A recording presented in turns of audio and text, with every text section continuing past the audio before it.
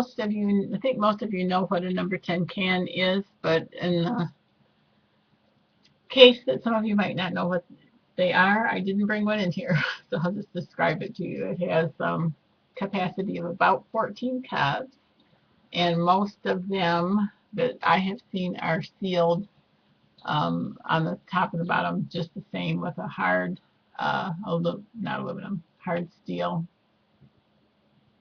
lid and bottom to the can. However, some of them have the pull zip tops. The whole milk that I ordered through the internet had those pull zip tops.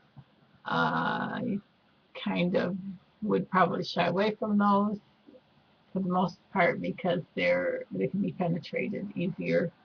Like you could take this ink pen and shove it through the top of that the foil zip top.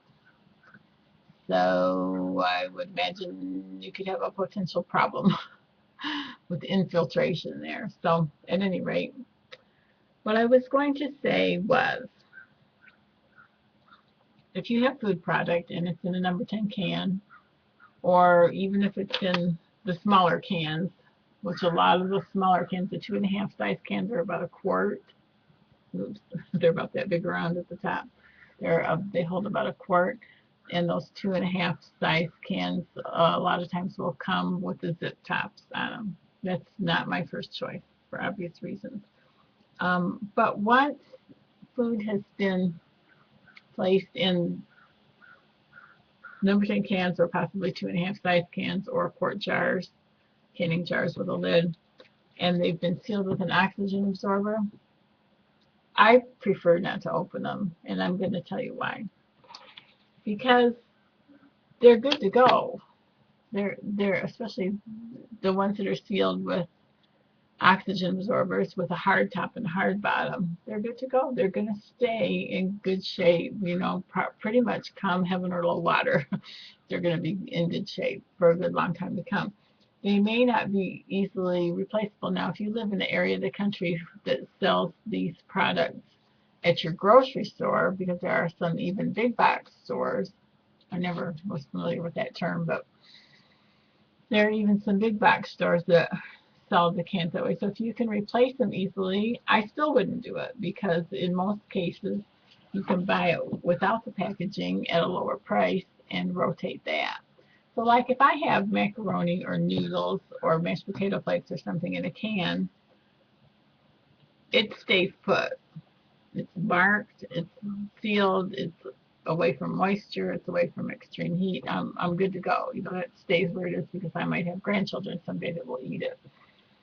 But on the other hand, I will buy those same items and I'm trying to think what I paid for them. I think $1.29 still for a 13-ounce box of mashed potato flakes.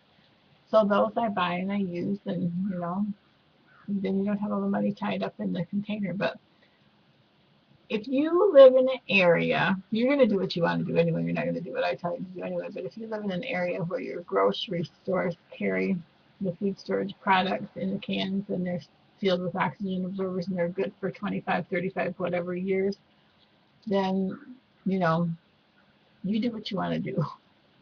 But then replace it. Don't use it and not replace it.